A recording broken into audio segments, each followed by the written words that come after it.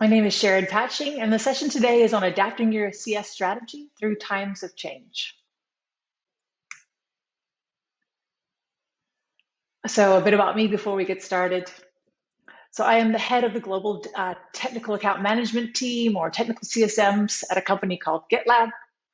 I am a wife and a mom of two little girls. They are 2 and 5 on the left-hand side there. I was born in Canada and moved to England, moved to London when I was 18, lived there for some time. Married a Brit, and then we moved together to the US and actually are now in California about 8 years ago. I've been leading customer success teams for around 12 years, before it was called customer success anyway.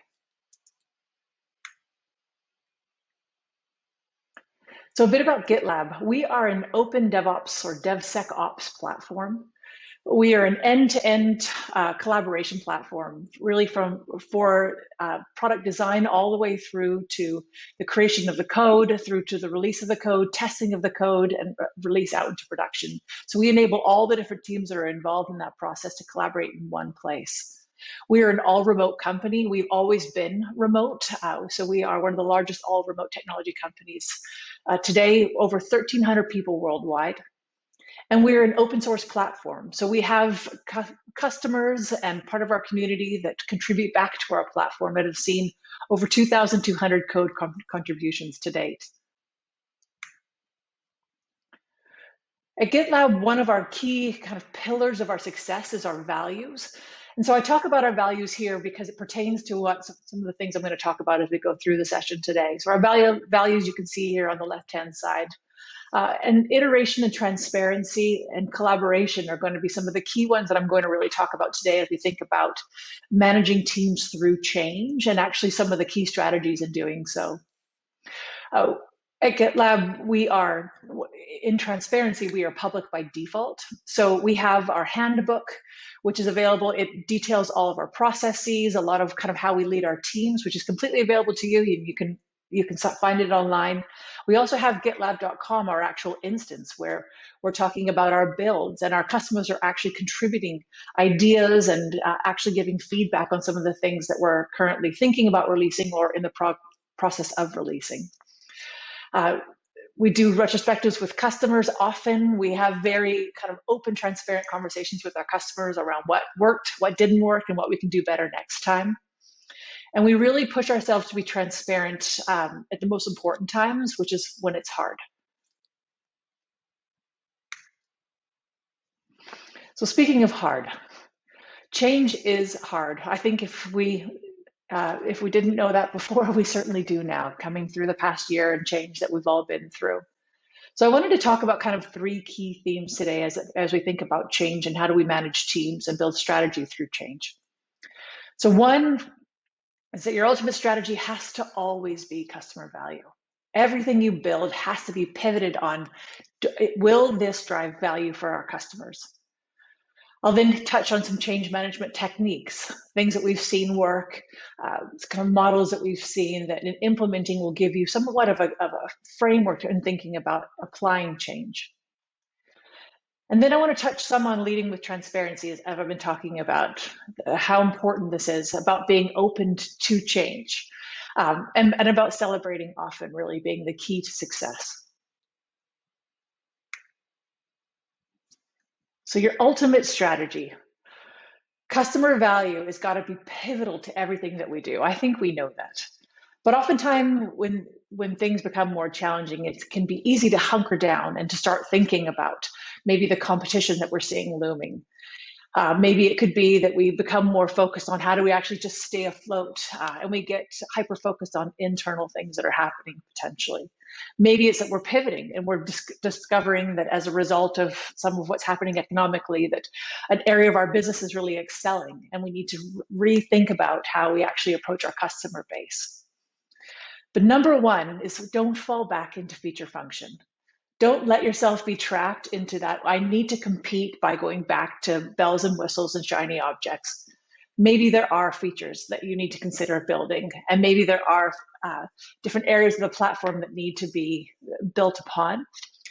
But your approach always has to be, through regardless of season, regardless of times of change, about how do I drive more value for my customers. And if competition gets stronger, then you need to double down, double click even more into ensuring that I am thinking about customers' desired business outcomes, that we are aligning with our customers on those, and that we are then reporting back to our customer on progress that they're seeing against those goals. Because it's truly that piece, not the bells and whistles, that is going to keep your customers loyal to your business. I think we know this theoretically, but it's so easy in times of change to start to struggle and start to point back to things that potentially can be shiny objects against some of our competitors, but it is really value that will keep your customers loyal to your brand.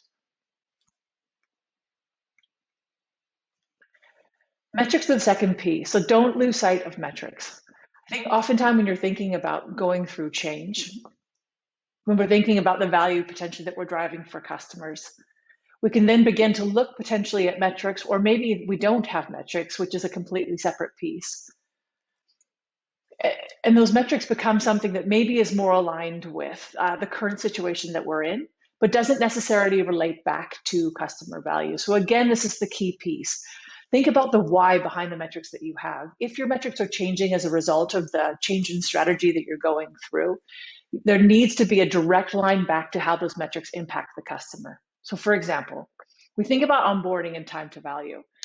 We talk about time to value because it is incredibly important that a customer quickly gets to value so that they're not having long periods of time in onboarding where they feel like they're not seeing return on investment. Because this is really where customers begin to become frustrated and you begin to introduce risk into your accounts. So that's why time to value matters so much, and why onboarding matters so much. Or you think about potentially a metric such as utilization of the platform. It's not just about ensuring that you can tick a box around logins or around consumption, but they actually point back to what's happening within an organization. Maybe you look at NPS. I know there's a lot of debate around the efficacy of NPS, but it is an attribute that points back to the customer's own satisfaction. It's not a vanity metric, and how you should be treating it and thinking about being able to broadcast your NPS score. The NPS gives you an opportunity to have a conversation with a customer around, great, it's a high score. What do you like about it? So how do we ensure we replicate these things? Or if it's a low score, how do we actually dig in and fix these things? It's actually the conversations that you have with customers behind the scores or as a result of the scores, which in my mind is really one of the most beneficial pieces about something such as an NPS. So everything you think about in regard to metrics as you're building out your strategy in times of change needs to align with, is this driving value for the customer? Or is this driving value for our team? So I think there's two pieces too. I think it's oftentimes, particularly in times of change, it can get easy to be hyper-focused on what does the business need to exceed or to succeed. But there also needs to be an element too of how do we ensure that the team continues to be supported throughout this process. And I'll talk about some frameworks for that in a minute. But team satisfaction metrics, as we go through these change, how am I going to track other than just qualitatively? Although that does matter, that the team are actually coming alongside. So is there ways that we can establish even lightweight metrics in place that can ensure that both of our customers are happy and also that our teams are alongside and are bought into the strategies that we're rolling out? So in thinking about change, number one, document your strategy. I know this seems really obvious, but write it down. And write it down in a place where you can begin to have a central place that people can have visibility into the strategy and where you can iterate on it. Don't just put it in a deck and then put it somewhere that people can't find it again. And when you're thinking about documenting your strategy, what you see here on the right-hand side are just some good ways to think about that framework. So first, of course, is the what. What are we trying to do? I think it's so easy sometimes to go into the how or the what is changing without saying, ultimately, what is the goal? So we are pivoting because we have found an area of our business that no longer is successful as a result of what's happened over the past 12 months. What is the goal? The goal is that we move focus and we move customer adoption into this other area of our business, and we're going to do that through this process over this time. So why? Because we want to see customers be successful, using this example, because we want our business to continue to be successful, because we want to have the team be fulfilled in the engagements they're having with their customers. And then the how. articulate the plan. I think oftentimes we can feel like great kind of waterfall project plans potentially are what you have to have for change management, but anything articulated is better than nothing. So you've got your goals. Here's what we're trying to strive for. Why are we doing this change? Here's how we're going to go about doing this change, understanding that we're going to iterate on this. It may change. The who and the when, assigning owners and timelines. So timelines change, but it doesn't mean that you shouldn't have one to begin with. So at least we lead with, these are the time frames that we're going to be proposing to move forward with these strategic changes over. And then most importantly, and I certainly have seen how important this is really over this past year, as our teams have been so isolated and siloed, what's in it for me? Spell out how this is going to impact not just your customer and your business, but also how it's going to help your team. How the team is going to actually be benefited from these changes, what it means to them, to the fulfillment in their role, to their job satisfaction. This is an incredibly important piece in getting buy-in to any strategic change that you make and roll out.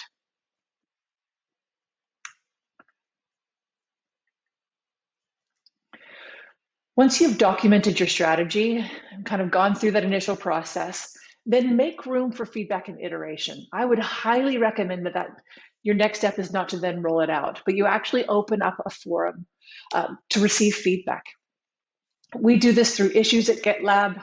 We actually have, oftentimes when we're beginning to build out a new strategy or make key changes, we'll articulate that within an issue, and then we open it up to our teams, maybe to the TAM team or even to all of GitLab as a whole, depending on who all the decision is or the new strategy is impacting, for feedback. We have a clear DRI, or directly responsible individual. We have a timeline for the decision.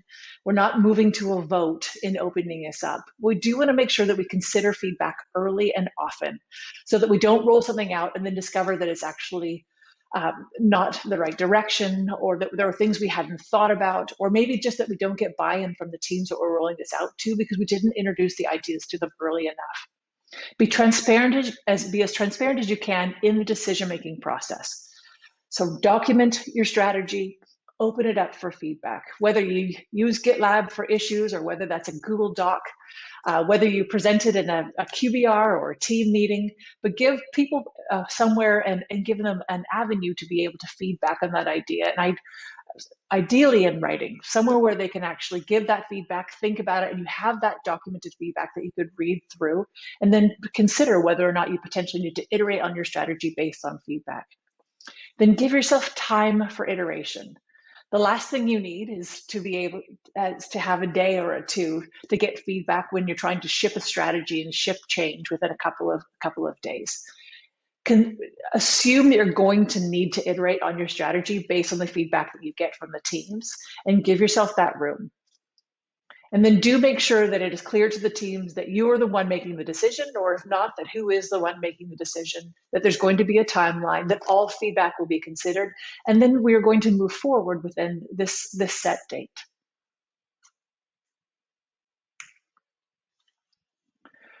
Once you have documented your strategy, you've taken feedback on it, you've gotten to your final strategy, and you've then rolled that out, make sure you clearly communicate what the strategy is and document it in a place that people can find it. I cannot say enough how important it is to not just have it in a deck that you present once and then assume that it's out there. We at GitLab, as I referred to before, have the handbook. We document all of our processes and our strategies there. So we use issues for collaboration for feedback, but once something is determined, we then move it into the handbook, and then that becomes readily available for our teams, but also for the general public too, if you're interested to see some of the things that we're doing. So it becomes something that the TAM team can readily find. So as we think about metrics for this year, those are documented in the handbook, the customer metrics that we're thinking about. We think about approach and various different things that we're rolling out potentially as we move into this year. Those are also documented in the handbook, with the guide being that a new TAM comes on board and they don't need to then find out through tribal knowledge some of the key things that matter, such as metrics or direction, but it is all available to them in a place that is easily searchable. Maybe it's an internal wiki, a Google Doc if you need to go that way, but make sure it's somewhere that is easily available to the team, that they know where to reference and they can find the goals and remind themselves of such. And the other piece as you start to think about rolling forward with your strategy is ensuring that you're really focusing on the results and not the tactics. And I say this because I think one of the things that I have really learned over this last year in a new way, in working with teams who are so used to having to iterating on ideas, is that there are going to be better ideas than yours on potentially some of the how of how we go about doing this. So you want to make sure that you set a strategy, you lead with that, you take feedback, you do roll out a strategy, but then be open to feedback throughout the process. Focus on what are we trying to solve for? What are the ultimate goals we're trying to solve for? What are the key milestones we're looking to get to?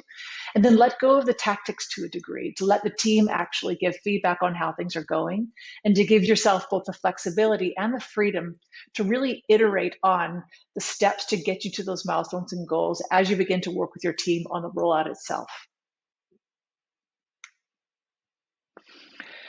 Once it's out there, once it's documented, once you begin to really communicate your plan and make it clear, then enable, enable, enable. Don't assume that just because you said your strategy once that people are going to remember it. I have made the mistake many times in the past of building out a plan, and it's so it's ingrained to me because I'm spending so long thinking about it, and then I launch it to the team, and then I am confused by why the team can't quite remember the detail, when maybe I spelled it out once or twice at best. Make room for yourself to go through this plan over and over again. Build out enablement sessions. Drill down deep. Expect to repeat yourself. Plan to repeat yourself, whether it's QBRs or team meetings. Remind the teams of the key milestones and the key goals often. What are we trying to solve for? What are we working towards? What is the progress we've made to date? Keep going over those pieces. Build into your strategy ongoing iteration on enablement for your team to ensure that they not only feel comfortable in what they're trying to solve for, but also that they feel supported in the progress forward. That this isn't just a strategy that's happening to them, but that they are truly equipped to partner with you in solving and achieving this strategy. And then throughout the process, one thing that I've really been learning to a whole new level through GitLab that I'm so grateful for is lead with transparency and be open to change. It doesn't mean that the goals change, and I hope that they don't, because that can be confusing. And maybe even the milestones, I would suggest to the best of your ability, you want to kind of keep those stable so that you're working to the same thing and that's not shifting. Shifting priorities can be incredibly frustrating and quite, it can end up being quite overwhelming to a team, and you can lose people that way. But be open to change through the process that I was talking about, letting go of the tactics necessarily, giving people the freedom to figure out how they're going to get to those goals that have been established. Be transparent as you can. Open up as much as you possibly can to the team. And transparency doesn't mean just telling everyone everything after it's done, but bringing them into the process as much as possible. If you find that you do need to change tact or potentially a milestone needs to move, have that conversation with the team as early as possible so that they don't feel like change is happening to them, but the change is happening with them. And really getting buy-in is about ensuring that people are brought into the processes early on so they together are a part of determining what needs to change and rolling that out with you. It can be slower because it's not just as easy as deciding what you want to do and implementing it, but you will get more buy-in and ultimately you'll be far more successful. And you'll also bring your team along the journey with you, which means that they will be more fulfilled in their roles and the team health will be much greater than if you are just implementing your strategy almost in spite of the team around you. Be open to feedback. I think it can be challenging to roll out a strategy and then have people feel like it's potentially maybe some of the trajectory is not the right one. Be open to the feedback. I really try and lay it out for my team that nothing is off the table. We're still striving towards these goals, and some goals will never be moved, such as ensuring our customers stay happy customers and grow, because ultimately we're a business. But other things, maybe we need to reconsider them. Make yourself open to your team as you're rolling through these times of change. Make sure they know that they can challenge some of these ideas and some of these strategies even. Make sure that they know that they have the autonomy to find better ways to get to results faster. We hire smart people for a reason. Give them the opportunity to come up with ways to augment your strategy and make it even better over time.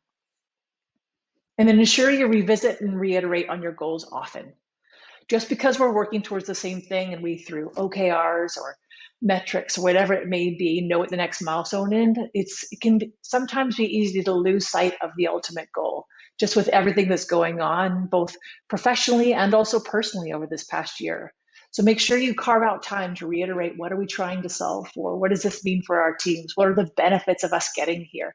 So the team are refreshed through being reminded of ultimately that vision of what we're striving for. And most importantly of all, celebrate. Make sure that you find ways to celebrate wins along the way. Don't just wait until you've got there to celebrate. Even with milestones or with little wins, when someone does an excellent job of finding a better way, a faster way to get towards a milestone, celebrate those.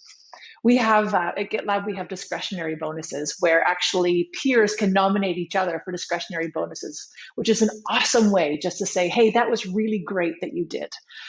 We celebrate it in a Slack channel where you can read through and see all the people who are being nominated for these. We have a thank you channel. So we will just go in and say thank you for a great coffee chat, or thank you for going above and beyond something that you did. And we really try and find ways to celebrate just both excellence, but also just people who have gone above and beyond in their roles, to really say thank you to those.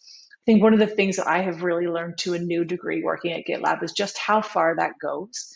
I think sometimes we underestimate just stopping and saying thank you to people along the way, the impact that has on their state of well-being, and how invested they are in both the company and also in the vision and the team, because they feel more a part of things and because they feel valued. So hopefully some of this was helpful. I hope kind of in thinking about, how do I set a strategy overall? What should I be focused on? I think with my kind of parting words would be, I would encourage you that even if it's fairly minimal in your strategy to begin with, and even if your framework is fairly simple, any strategy is better than none. Start with a goal, come up with a couple of metrics that are going to get you towards that goal. Make sure they always align with company value, or with customer value and with company value, and also consider the teams that are a part of it. Put a framework in place for change, however simple. Document everything and make sure it is available to the team.